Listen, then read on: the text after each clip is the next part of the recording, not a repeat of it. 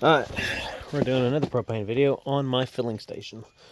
Some of y'all, it's not really profitable to buy and set up a filling station. Usually you can call a local company. If you got a good spot, they'll provide everything. But let's say you're a little unhinged and you want to buy and build a filling station to where you can fill bottles without all the vapor loss and all that other crap. Or if, like me, you have multiple propane-powered vehicles. So this is what you're going to need. I recommend usually 250 is going to be never going to have a belly valve. Let's start on the requirements of the tank and then my recommendations.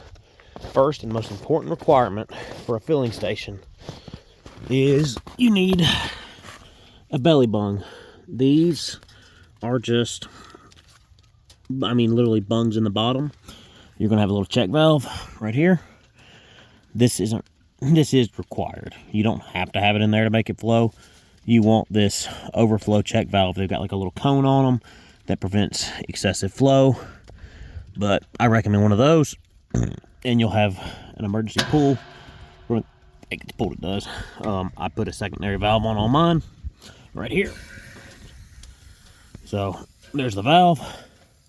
I've got leaks on this brand new one. Try to find some better quality crap, because as you see with this one, not all belly valves are built the same. Anyways, so we got our belly valve that is leaking, that needs rebuilt. This is a trap. It's used to get all the debris and all the crap that's at the bottom, prevent it from going in your pump. You do need one of these. It's just it's kind of like one of those standard traps, it's just a little different. Anyways, flex line. You want a flex line between your motor and your pump. You don't have to have the cabinet. I recommend it. Keep your stuff out of the weather. This is your pump. This one is a Blackmer style. It's a ball door explosion proof motor. It's got the hose. The Blackmers are a lot cheaper than the Corkins. They flow a lot less, but for residential and farm use, they're great. They can be wired as both low voltage and high voltage. Low voltage is 120 volt, high voltage is 240 volt. Not like three phase. Some of them are. And with the Blackmers, I don't know why, they're almost always reverse rotation. Have to be wired reverse rotation. I've bought 2 filling stations that wouldn't work and they were just wired wrong. But you'll do that to wire it.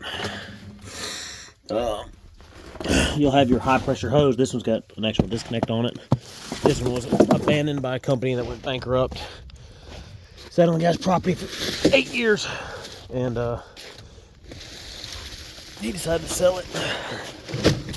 I've been supposed to be working on this for like 6 months. Hasn't happened.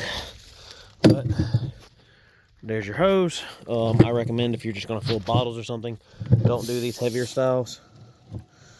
Pump. It might actually flow something, it might not.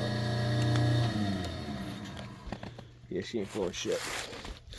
I've got some leaks and stuff to fix in it, obviously. But I've got mine ran electrical box, conduit, underground into my storage shed. Keep it 10 to 25 foot off of everything.